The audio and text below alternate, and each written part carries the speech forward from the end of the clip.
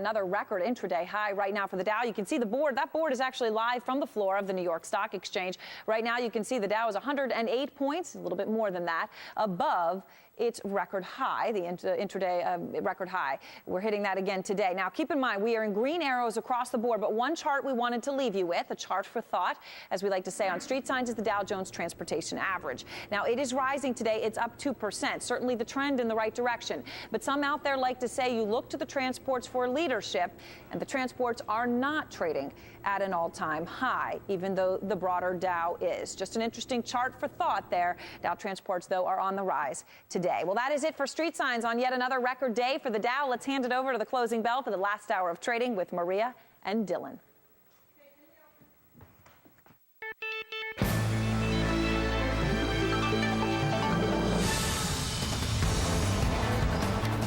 It's another powerful push on Wall Street today. The Dow Jones Industrial Average soaring, on track for another record high close as we enter the final and most important hour of the trading day. Hi, everybody. Welcome to the closing bell. I'm Maria Bartiromo at Cnbc headquarters. And here at the New York Stock Exchange, I am Dylan Radigan. As Maria points out, markets right now extending gains. This off of comments from Fed Chairman Ben Bernanke, speaking before the Economics Club of Washington. Bernanke noting that the impact of the slowing economy the impact of the slowing housing market on the economy. Take a listen. I would estimate that slowing housing construction will probably take about a percentage point off growth in the second half of this year, and probably something going into next year as well. Well, Bernanke also cautioned that retiring baby boomers could be a major strain on the nation's budget and economy unless Social Security and Medicare are both revamped. Maria. And Dylan, you know, the Dow continues that march into uncharted territory. Earlier, we saw gains after a report showed an unexpected rise in oil inventories.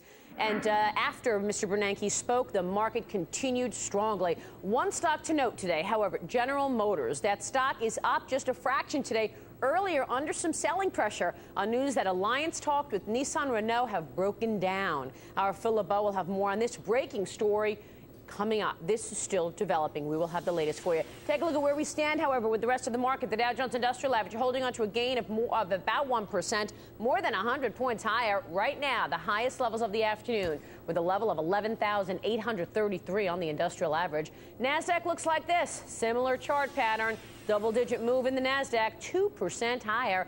Best level of the afternoon right now, 2286 on NASDAQ, with a gain of 42.5 points. S&P 500 looks like this. Similar chart pattern as you see here. Again, high of the afternoon, 1% rally, 13 points higher at 1347. Let's get right back down to Wall Street at the New York Stock Exchange. Bob Pisani on the floor. Bob. You know, Maria, what's happening today is very simple. The stock market is following the bond market. We had two rallies in the stock market today, and both of them were preceded by rallies in the bond market, specifically the 10-year. We had a rally this morning as the ISM services number came out this morning. Parts of it okay, some parts a little weaker than expected. Bonds rallied, stocks moved up. Then Mr. Bernanke finished speaking. Bonds move up. Stock market also moved up here today. One good thing about today, the breadth. It's looking a lot better. This is not just the Dow Jones Industrial today. New highs are expanding. We're getting a lot more of them than we have in the past, and the advanced decline line looking healthier than I've seen it in a while. 2,000 stocks advancing here, only about 1,100 moving to the downside. Those are good market internals here. There's a lot of debate on the soft landing. That ISM services report this morning gave some pause. Mr. Bernanke made some bullish comments and a few cautious comments on the housing industry. Still, the overall soft landing still intact for the market. The big talk tonight is about September retail same-store sales. We're going to get numbers tonight, and more specifically, a raft of them tomorrow, maybe even some more clarification from Walmart. Right now, according to retail metrics, September same-store sales ex-Walmart, very healthy, up 5.2%. This is an estimate. We got to wait for tomorrow to get the final numbers, but those numbers are terrific. Now, why are retails looking so good? In fact, why are retail stocks doing so well in the last month? Here's the main positives for retails. First, we've got a much cooler than September than people had anticipated. Good for back-to-school sales. Lower gas prices, consumer confidence holding up, and finally, upward sales forecast overall. You see, retail stocks have done terrific in the last month. If you look at retail stocks, that's the RLX, the top line there, versus the S&P, they've outperformed for exactly those reasons. Let's go over to Scott Wapner standing by at the NASDAQ. Bob, thanks. We're just about at the highs of the session. A lot of strength today in internet, some strength in software, semiconductors as well. We have a number of big-name stocks hitting new highs today. Let's take a look at the issues that are making new 52-week highs today. Some very big names, Priceline, among them Cisco, Research in Motion. Talked a lot about that this week. Akamai and American Eagle. Bob just talking about the retailers. This one has been doing quite well. Let's talk about some other individual stocks. Imclone up 8% today.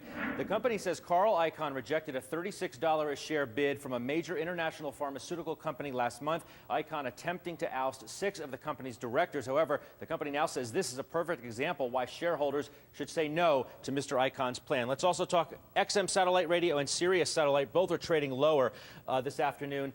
The street not very impressed with the latest subscriber numbers. Let's take a look at those. These are the actual versus the estimates.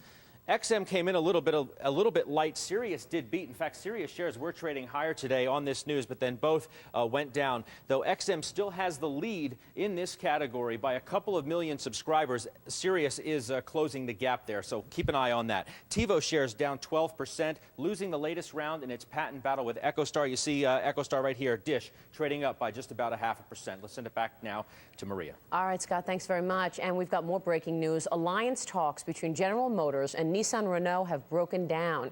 GM CEO Rick Wagner is scheduled to speak at a press conference in less than an hour.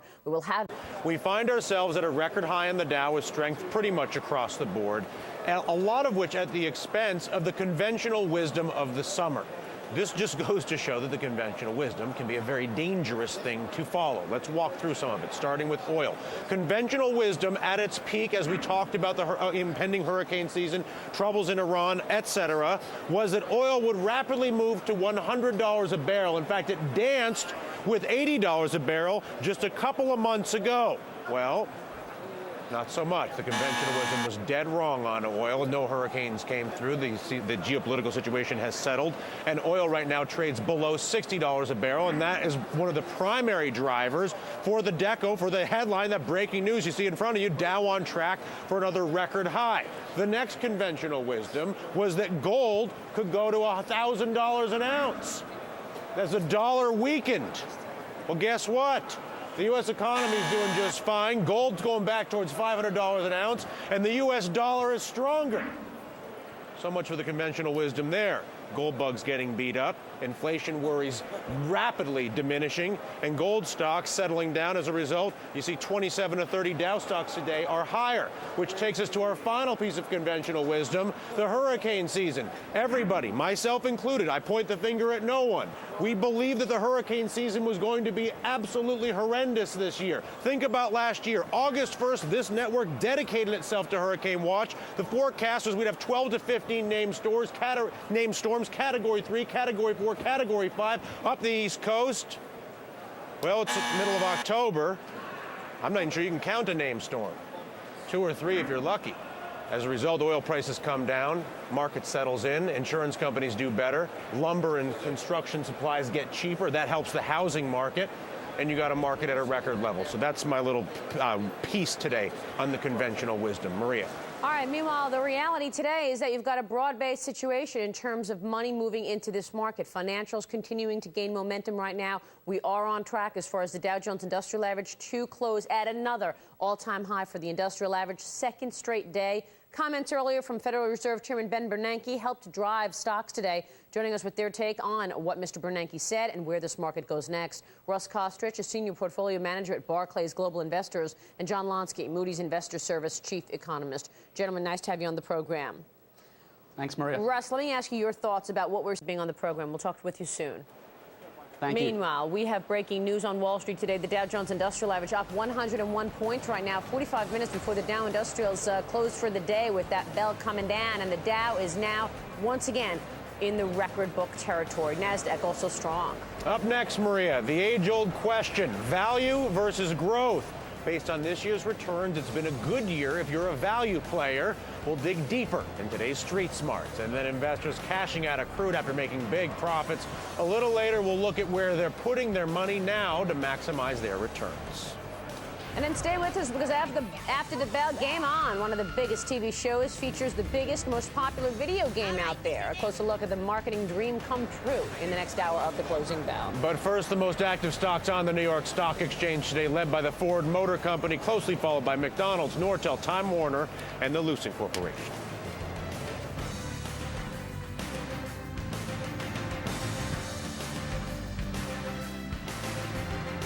You're watching Closing Bell on CNBC. First in business worldwide.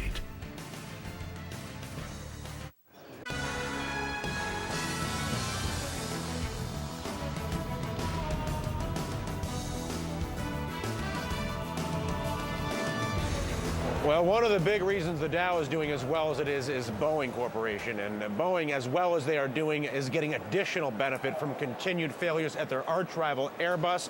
Their parent, EADS, in European trading today, suffering EADS shares plunging as much as 11%.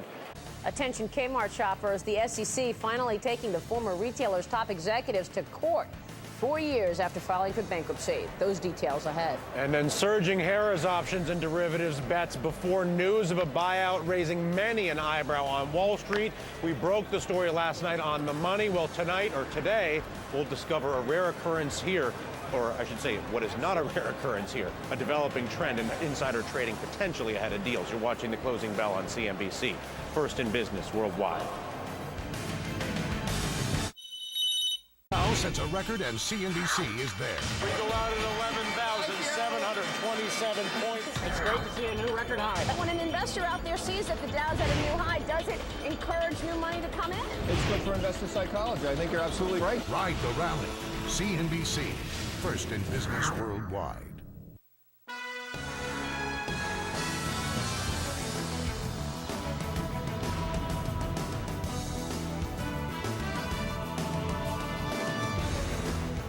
Welcome back. Former Kmart CEO Charles Conaway will be getting his day in court.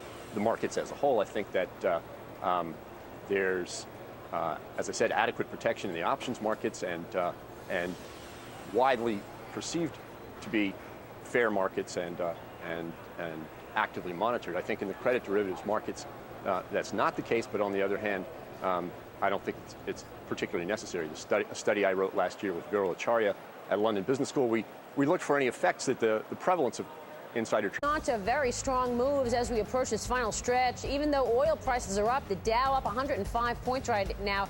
It looks if we close anywhere near this, we're going to see another second straight record high for the industrial average now with the Dow up 105. NASDAQ very strong as well, 40 points higher, in fact, on NASDAQ at 2283. We all know that is way far from its all-time record high.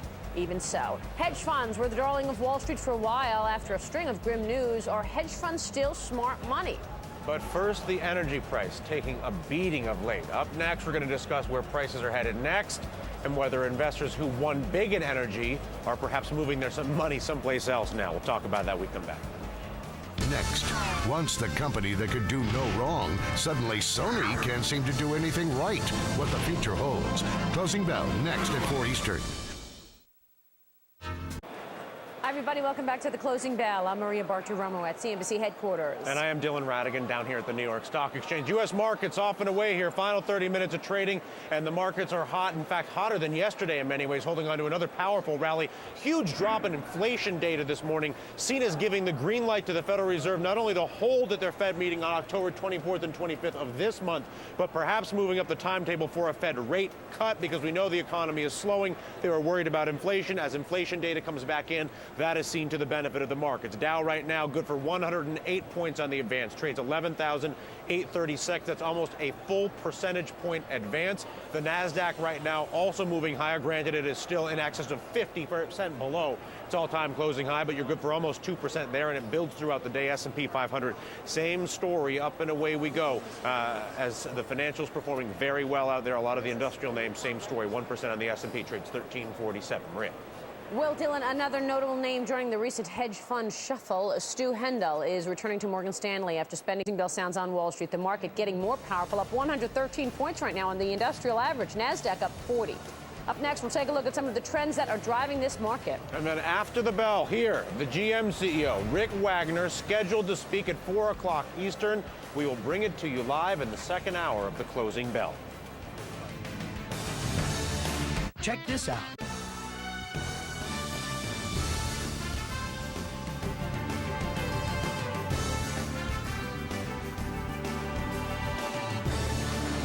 Well, yesterday may have been the new record day, but today is the actual bull run. The inflation data, the services data today, very favorable to those expecting a Fed rate cut at some point in the near future. Biggest drop in inflation in this particular measure in 3 years' time. And so the market truly off to the races. Look how broad it is, starting with the utilities. They benefit in a potentially Fed rate cutting environment, and the Dow Jones utilities for the week doing well, particularly well today, 0.3%. The transports benefiting from the weakening in energy prices, which also is a broad benefit here, 2.3% rally. That's for the day on the transports over the week. You can see just the past couple of days is really where the action is. And even with the energy names coming off, look at the XOI, which is one of the big oil indices. It's the MX oil index. It too bouncing off its Wednesday low and moving higher. So even where there had been a drag in the market Monday, Tuesday, today you have that rally back in energy. And then technology, same thing, off and away, and the brokers. So this just goes to get there. It takes a lot of industries performing, and you've got just that. There's the Morgan Stanley High Tech Index. We'll finish with the American Stock Exchange Broker Dealer Index, and then I'll show you the one exception to the rule for the day. Here's a look at the brokers, 2.15% there, and the only one not performing is the one that actually did well over the past few months, a more defensive sector. It makes sense. The DRG, this is the American Stock Exchange Drug Index. It is not a performer for the day, even though it too is unchanged. So if that's as bad as you're going to do, it's a kind of day that makes the bulls happy. Maria. Yeah, and in addition to this market moving higher as far as money moving into the market, we're actually seeing interest rates move lower, which is also very powerful. And that is one of the reasons that across the board we're looking at some pretty good moves in the financials. Most heavily traded stocks today include telecom, financials, and the satellite radios. Sirius Satellite is the #2 most heavily traded stock. That's actually not participating in the rally at all. It is down 3.5%. And as far as at the big board, the most heavily traded stocks are also not in any of those categories. Ford, for example, in the top spot, up 4%. We have this breaking news about Carlos Ghosn and Rick Wagner at GM and Nissan breaking down those talks over an alliance. McDonald's and Nortel also very heavily traded. Take a look at where interest rates are right now. The yield on the 10-year dropping today. We're seeing a stock market rally, and we're also seeing bonds rally and interest rates go down. The 10-year now at 4.55%. That is one of the supports, certainly, for the financial services group. The financials are higher across the board. One that I will point out is the New York Stock Exchange Group. NYX has been rallying and certainly participating in this big rally that we're seeing across the board. Take a look at this stock. It is up. Today it's down, but it is up 50% since mid-June, according to Thomson Financial. It's actually up about 20%. Just in the last month alone on the New York Stock Exchange Group. In fact, all the financials are doing well today. The major banks like Citigroup, JP Morgan, up on average about 1.5% a piece. Dylan. All right, so as the market powers forward here, it gets better as we get closer to the bell, as opposed to yesterday where it deteriorated. Dow Jones Industrial Average now good for 120 on the day. The NASDAQ, same story, 43-point advance. Investors cashing out of crude as it has fallen and energy stocks. But where are they moving their money? Well, we talked about a lot of the sectors right now. CNBC's Mary Thompson has a more specific answer for us. Some of them suggest move it out of the United States. Dylan, I'll have that story coming up. After the bell, it's no fun being a homeowner these days, and a new study is proving that once again. Find out which markets are expected to see the biggest price drop-offs in the next year. That's in the second hour of the closing bell. Left intercept the final bearing 222. 130. How do airlines decide how much you pay? Where does your suitcase go after you check in? A week in the life inside American Airlines. CNBC, October 18th. So 5 minutes, we wrap up the trading day. It will be another record on the Dow Jones Industrial Average. It's good for 116 on top of yesterday's record, and the NASDAQ, no slouch today. A 44-point advance led by those technology names Mary was telling you about. We're coming right back here with the closing countdown, and then after the bell. The Dow, breaking records, boosting confidence, insight on its psychological impact on investors. Troubling times at Sony. Between bad batteries and slow sales, the company just can't catch a break. Will this be enough to get them back in the game? The the internet's most popular and profitable game drawing new fans. How this cartoon crossover could make serious ka-ching. It's all ahead in the second hour of The Closing Bell. Are you struggling every month?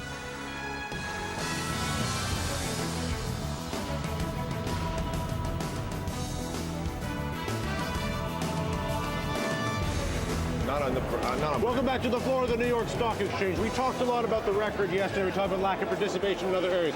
Today is a far more compelling day, Bob Pisani, than yesterday. Explain this to me. The economic data comes out, the services data, shows a much weaker than originally expected economy. The inflation data, granted, is weak.